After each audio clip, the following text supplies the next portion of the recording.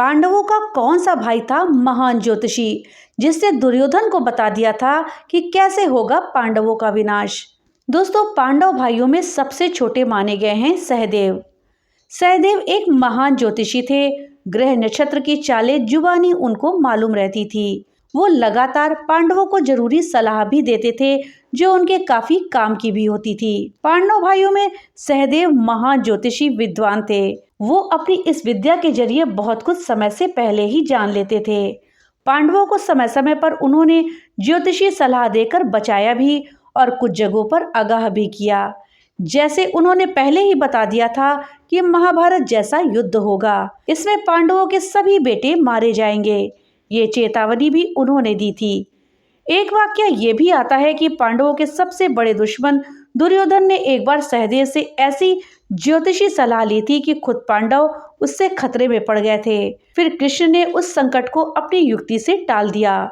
दोस्तों, वीडियो में आगे बढ़ने से पहले आपसे एक छोटी सी रिक्वेस्ट है कि अगर अभी तक आपने वीडियो को लाइक नहीं किया है तो कृपया वीडियो को लाइक कर दें और ज़्यादा से ज़्यादा शेयर करें, जिससे कि यह जानकारी सभी लोगों तक पहुंच पाए। और हाँ, अगर चैनल पे पहली बार आए हैं तो कृपया चैनल को सब्सक्राइब कर लें और बेल आइकन दबाना ना भूलें, जिससे कि मेरी वीडियो सबसे पहले आप तक पहुँच सके। तो चलिए वीडियो में आगे बढ़ते हैं।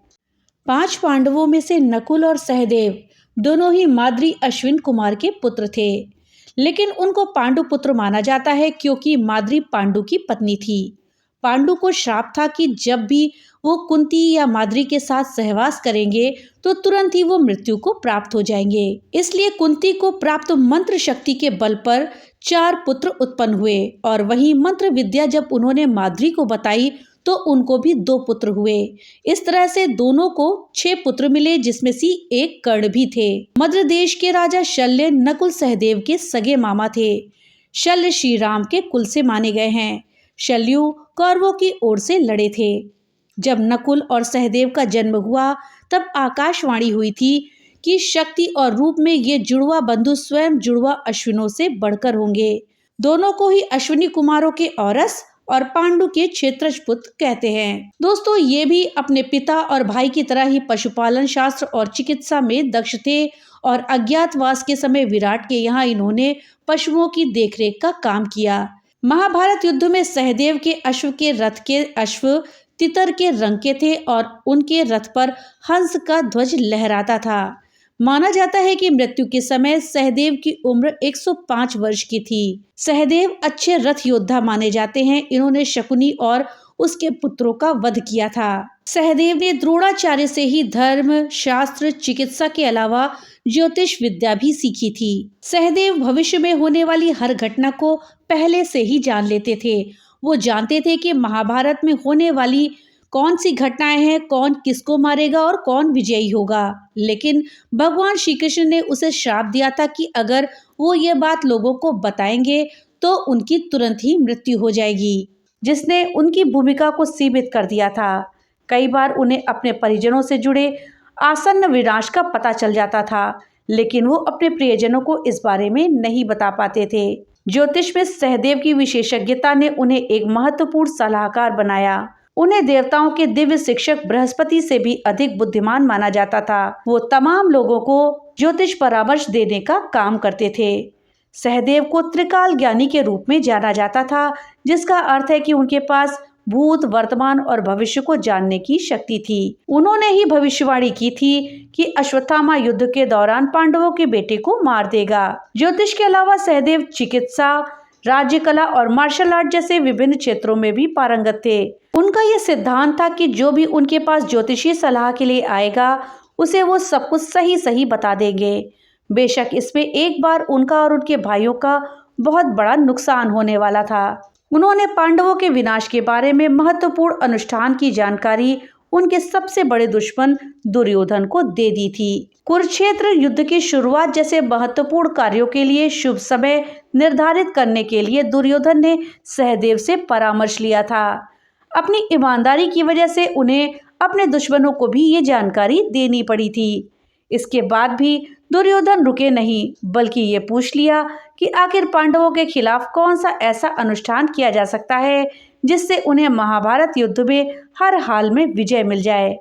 सहदेव को मालूम था कि ये सलाह पांडवों के खिलाफ जाएगी, उन्हें संकट पे डाल देगी, लेकिन तब भी उन्होंने अपने पेशेगत ईमानदारी के कारण दुर्योधन को ये बता दिया। उन्होंने दुर्योधन को अमावस्या के दिन यज्ञ करने की सलाह दी। अमावस्या को अक्सर ऐसे अनुष्ठानों के लिए एक आदर्श समय माना गया है। जब ये बात श्री कृष्ण को मालूम हुई तो वो चिंता में पड़ गए। इस संकट को कैसे टाला जाए, वो इस बारे में सोच विचार करने लगे और ये काम उन्हें दुर्योधन के यज्ञ से पहले ही करना था। अचानक उन्हें एक युक्ति सूझी। उन्होंने घोषणा कर दी कि वो भी अमावस्या के एक दिन पहले अमावस्या से संबंधित बड़ा अनुष्ठान करेंगे, जिससे महाभारत में पांडवों की जीत सुनिश्चित हो सके। उन्होंने यज्ञ की पूरी तैयारी कर दी। वो इसको शुरू ही करने वाले थे कि सूर्य और चंद्रमा दोनों हाथ जोड़कर उनके सामने उपस्थित हो गए। उन्होंने कृष्ण से याचना करी कि प्रभु, आप अमावस्या का यज्ञ उससे एक दिन पहले कैसे कर सकते हैं? ये तो हो ही नहीं सकता, इसे ना करें। कृष्ण मुस्कुराए, बोले, जब सूर्य और चंद्रमा एक ही सीध में एक साथ हो जाएं, तभी अमावस्या का मुहूर्त हो जाता है। इस समय आप दोनों एक साथ और एक सीध में एक जगह पर हैं, तो ये अमावस्या जैसा ही मुहूर्त है। मुझे मालूम था कि मेरे ऐसा करने पर आप दोनों एक साथ मेरे पास ये पूछने जरूर आएंगे। सूर्य और चंद्र को भी ये मानना पड़ा कि कृष्ण का तर्क एकदम सही है और उनका यज्ञ अब फलदायी होगा। कृष्ण ने यज्ञ किया, जिससे उन्होंने महाभारत युद्ध में पांडवों की जीत तय कर दी। दुर्योधन अब कुछ नहीं कर सकता था, उसकी साजिश फेल हो चुकी थी। सहदेव के बारे में कहा जाता है कि वो विरोधियों की ताकत और कमजोरियों का विश्लेषण कर सकता था, जिससे भीष्म और द्रोण जैसे दुर्जय विरोधियों के खिलाफ रणनीति बनाने में मदद मिली। पांडवों को सामान्य ज्योतिषीय गणनाएं लगातार करके वो बताते रहते थे। उनका ज्योतिषीय ज्ञान ता जिंदगी पांडवों के लिए वरदान का काम करता रहा। सहदेव ने तब भी युधिष्ठिर को आगाह किया था जब शकुनी पासे के खेल में युधिष्ठिर को फंसाने की साजिश रच रहे थे।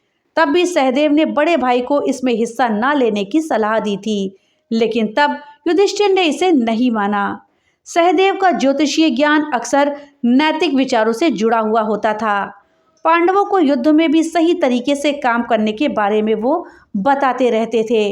महाभारत के युद्ध के दौरान पांडवों की रणनीतियों और निर्णयों को सहदेव के ज्योतिषीय परामर्श से बहुत लाभ मिला था। दोस्तों, अब आइए जानते हैं कि आखिर सहदेव को भूत, वर्तमान और भविष्य को जानने की विद्या कैसे प्राप्त हुई। सहदेव के धर्मपिता पांडु बहुत ही ज्ञानी थे। उनकी अंतिम इच्छा थी कि उनके पांचों बेटे उनके मृत शरीर को खाएं, ताकि उन्होंने जो ज्ञान अर्जित किया है वो उनके पुत्रों में चला जाए।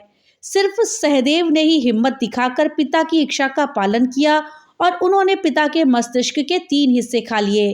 पहले टुकड़े को खाते ही सहदेव को इतिहास का ज्ञान हुआ, दूसरे टुकड़े को खाने से वर्तमान का और तीसरे टुकड़े को खाते ही वो भविष्य देखने लगे।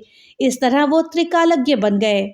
द्रौपदी, विजया, भानुमति और जरासंध की कन्या, ये 4 सहदेव की पत्नियां थीं। द्रौपदी से श्रुतकर्मा, विजया से सुहोत्र पुत्र की प्राप्ति हुई। इसके अलावा इनके 2 पुत्र और थे, जिसमें से एक का नाम सोमक था।